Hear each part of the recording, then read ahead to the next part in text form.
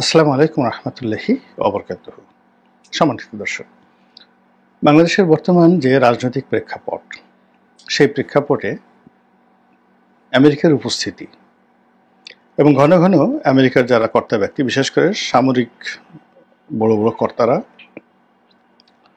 যেভাবে বাংলাদেশে আসছেন এবং যেভাবে মার্কিন বিমান, যুদ্ধ বিমান বা যুদ্ধের সামরিক বাহিনীর যে পরিবহন বিমান, এটা যুদ্ধ বিমান বলা যাবে না, মার্কিন যুক্তরাষ্ট্রের সেনাবাহিনীর অধীন যে সকল কার্গো বিমান রয়েছে, এরকম একটা কার্গো বিমান, বেশ বড়সড় কার্গো বিমান, সেই বিমানে করে একজন ঊর্ধ্বতন কর্মকর্তা বাংলাদেশে এসেছেন এবং তার আগমন, সেই বিমান এবং বিমানের মধ্যে কি কি আছে এগুলো নিয়ে নানা রকম কথাবার্তা হচ্ছে। মার্কিন যুক্তরাষ্ট্রের সরকারের যারা দক্ষিণ এশিয়া বিষয় দেখেন, যারা যুদ্ধ এবং অর্থনীতি এই বিষয়গুলো দেখেন এবং আন্তর্জাতিক রাজনীতিতে যারা মাস্টার মাইন্ড, এরকম অনেক নেতা, মার্কিন সরকারের অনেক নেতা যারা একই সঙ্গে রিপাবলিকান যে দল ডোনাল্ড ট্রাম্পের, সেই দলের নেতা এবং একই সঙ্গে এখন সরকারের কর্তা, এবং একই সঙ্গে মার্কিন যুক্তরাষ্ট্রের যে সিভিল সার্ভিস, মিলিটারি সার্ভিস, সেই সার্ভিসের কর্তা ব্যক্তিরা খুব ঘন ঘন গোপনে প্রকাশ্যে বাংলাদেশে আসা যাওয়া করছেন। এগুলো নিয়ে আমাদের মধ্যে নিদারুণ বিতর্ক তৈরি হয়েছে, আতঙ্ক তৈরি হয়েছে। জনগণ অনেকে বুঝছেন কিন্তু বলতে পারছেন না, অনেকে আমরা একেবারে বুঝতেই পারছি না আসলে কি হচ্ছে। আবার বেশিরভাগ মানুষ তারা নিজেদের পেটের জন্য, জীবন জীবিকার জন্য এতটা ব্যস্ত, কে বাংলাদেশে এলো কে গেল এগুলো নিয়ে চিন্তা করার সময় তাদের নেই।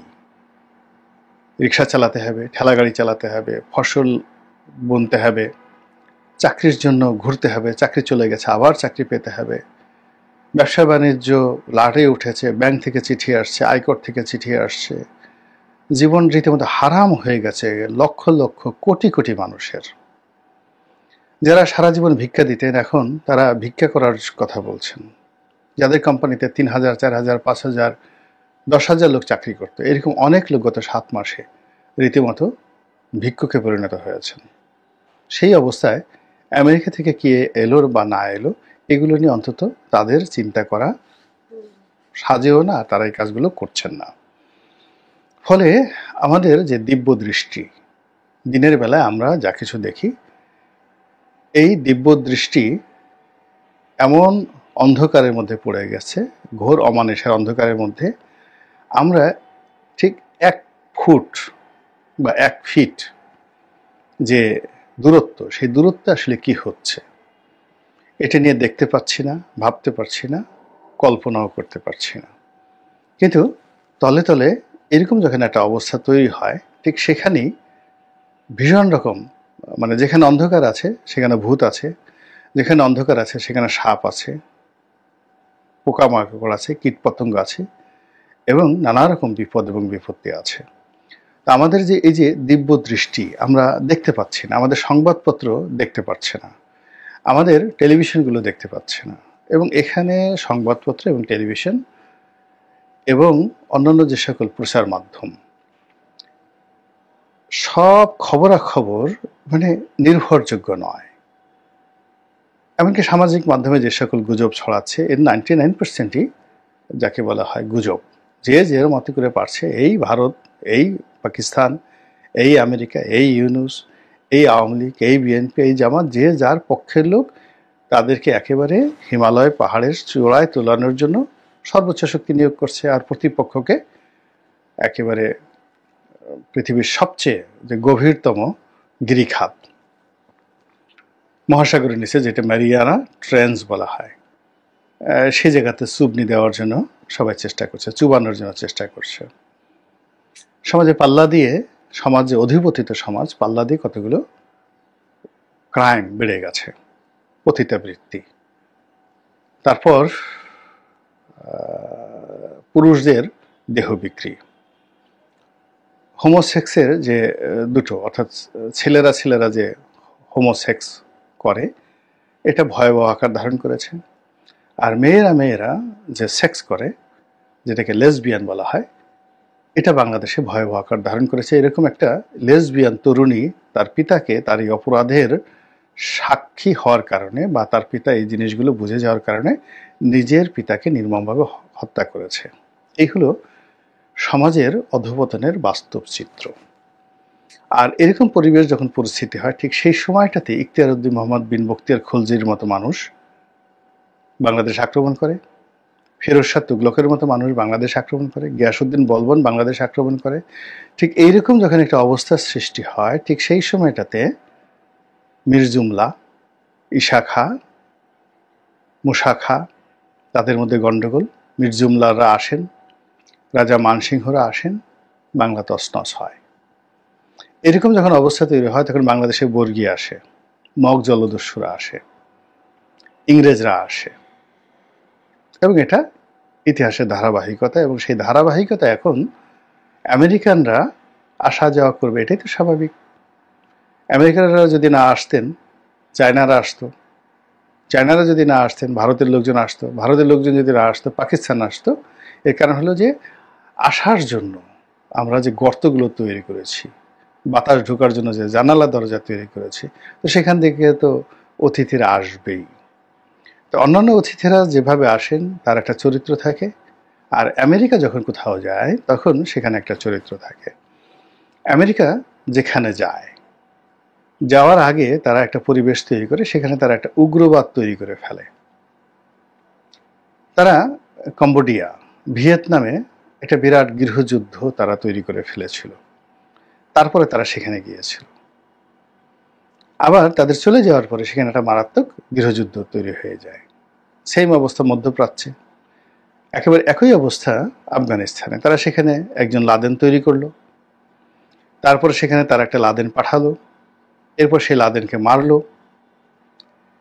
এবং সেই লাদেনকে ধরার জন্য তারা সেই দেশে আসলো, এবং সেই দেশে তাদের রিপ্রেজেন্ট তৈরি করার জন্য তারা সেখানে হামিদ কারজাই বা আশরাফ থানি এদের মতো তাবেদার, দালাল, মার্কিন সরকারের মদতপুষ্ট শিশু, মানে তাদেরকে শিশুর মতো করে তৈরি করা হয়েছে। আমেরিকা যা বলে, যদি বলে তুলু তুলু তুলু, তো তারা বলবে তুলু তুলু তুলু। যদি বলে আমেরিকা বলো পুতু পুতু পুতু, তখন তারা বলবে পুতু পুতু পুতু, এরকম শিশুর মতো। তো এরকম আমেরিকান শিশু হামিদ কারজাই তাদেরকে তৈরি করে সেখানে তারা তাদের মতো করে তাণ্ডব চালায়। কখনো তারা কোথাও জিতেনি এখন পর্যন্ত, কিন্তু তারা এটা তাদের একটা স্টাইল। এর কারণ হলো এই যে তারা যে যুদ্ধ বাধাতে পারে, তারা যে ভাঙতে পারে, তারা যে যুদ্ধ বন্ধ করতে পারে, এই যে তাদের একটা যে বিহেভিয়ারাল ইকোনমিক পাওয়ার, ব্যবহারিক অর্থনীতি, সেটার মাধ্যমে অনেকের হৃদয়ে ভয় ধরিয়ে তারা যে ব্যবসা বাণিজ্য করে, ওটাই আমেরিকার অর্থনীতির মূল চালিকা শক্তি। এই যে পাকিস্তান ভারত যে যুদ্ধ হলো এবং যুদ্ধ বন্ধ হলো, আবার এখন ইউক্রেনের যুদ্ধ বন্ধ হওয়ার চেষ্টা করছে, এবং ইউক্রেনের যুদ্ধ তারা শুরু করেছিল। এর সবই তৈরি করা হয়েছে বিশ্বের তাদের যে টার্গেটেড ইকোনমিক রেজিয়ন রয়েছে, সেই রেজিয়নে তারা ব্যবসা করবে এবং অর্থ উপার্জন করবে। তদ্রুপ বাংলাদেশকে কেন্দ্র করেও তাদের এই মুহূর্তে একটা রেজিওনাল মাস্টার প্ল্যান রয়েছে। আর সেই মাস্টার প্ল্যান অনুযায়ী আপনি এখন এই ঢাকা শহরে অনেক অপ্রত্যাশিত ঘটনা দেখতে পাবেন। এখানে যেভাবে হিজবুত তাহরির কথা বলা হচ্ছে, যেভাবে ইসলামী উগ্রবাদের কথা বলা হচ্ছে, এবং রাজপথের আমাদের দেশে এগুলো খুব স্বাভাবিক দৃশ্য। যে জিনিসগুলো আমরা দেখছি, ইসলামপন্থীদের মিছিল দেখছি, মিটিং দেখছি, তারা নারী নীতি নিয়ে রাস্তায় নামছে, তারা সেই ফিলিস্তিনের জনগণের পক্ষে মার্চ ফর প্যালেস্টাইন বা মার্চ ফর গাজা এইরকম মিছিলে নামছে। তারপর তারা তাদের যে মতাদর্শগত কারণে মাজারকে ভাঙার চেষ্টা করছে বা ভাঙছে, মাজারপন্থীরা কাঁদছে।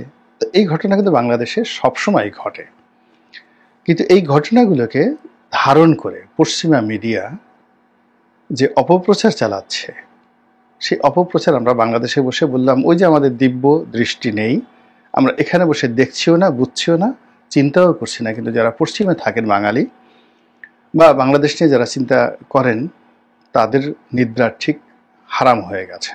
তারা বুঝতে পারছেন যে এখানে এই পরিস্থিতিগুলো তৈরি করা হচ্ছে মূলত একজন বিন লাদেন তৈরি করার জন্য। এখন বিন লাদেন তাদের হয়তো তৈরি হয়ে গেছে, একাধিক বিন লাদেন, এখন বিন লাদেন তৈরি হয়ে গেছে। এখন বিন লাদেনকে মারার জন্য তাদেরকে যদি আসতে হয় তাহলে সেই পরিণতিটা কেমন হবে? দ্বিতীয়ত হলো যে তারা যখন আসবে বিন লাদেনকে মারার জন্য, তখন বিন লাদেন পালিয়ে যাবে পাহাড়ে, এবং তারা তন্ন তন্ন করে বিন লাদেনকে পাহাড় পর্বত গুহা নদী নালা সব জায়গায় তারা খোঁজ করবে, খোঁজাখুঁজি করবে। বিন লাদেন খুঁজছে, এখন বিন লাদেন তখন কোথাও পালিয়ে যাবে এরকম একটা ঘটনা, এবং সেখানে তারা বোমা নিক্ষেপ করবে। আর এই সময়টিকে তারা কাজে লাগানোর জন্য এবং লোকজনদেরকে শাসন করার জন্য তারা একজন হামিদ কারজাই বা একজন আশরাফ থানিকে তারা মনোনীত করে বগল দাবা করে তারা আগেই পাঠিয়ে দেবে, তাদের আসার আগেই তারা সেটা পাঠিয়ে দেবে। এখন এই যে তাদের যে পলিসি, আফগানিস্তানে তাদের এই যে পলিসি, এটা 19-20 করে একই ঘটনা ইরাকে ঘটেছে সাদ্দামের পরে, একই ঘটনা লিবিয়াতে ঘটেছে, একই ঘটনা সিরিয়াতে ঘটেছে, ইয়ামেনে ঘটেছে, লেবাননে ঘটেছে। তো সেই ঘটনার প্রেক্ষাপটে বাংলাদেশে আসলে কি ঘটছে, কি ঘটতে যাচ্ছে, তা নিয়ে কি আপনার একটু উদ্বেগ হয় না? তা নিয়ে কি আপনার মুখ বন্ধ করে থাকতে ইচ্ছা করে, না কিছু বলতে ইচ্ছা করে? যদি আপনি মুখ বন্ধ রাখেন তাহলে যারা অতীতে মুখ বন্ধ রেখেছিল হাজার বছরের ইতিহাসে তাদের মতোই আপনার পরিণত হবে। আর যদি আপনি মুখ খুলেন, স্বাধীনতা এবং সার্বভৌমত্বের বিষয়ে মাথা উঁচু করে দাঁড়ান, তাহলে পৃথিবীর যে সকল সম্মানিত জাতি এবং গোষ্ঠী নিজেদেরকে বিদেশি চক্র থেকে রক্ষা করতে পেরেছেন, আপনাদের অবস্থা তাই হবে। মহান আল্লাহ আমাদের সবাইকে হেদায়েত দান করুন এবং হেফাজত করুন। আসসালামু আলাইকুম। তাহলে সেই পরিণতিটা কেমন হবে? দ্বিতীয়ত হলো যে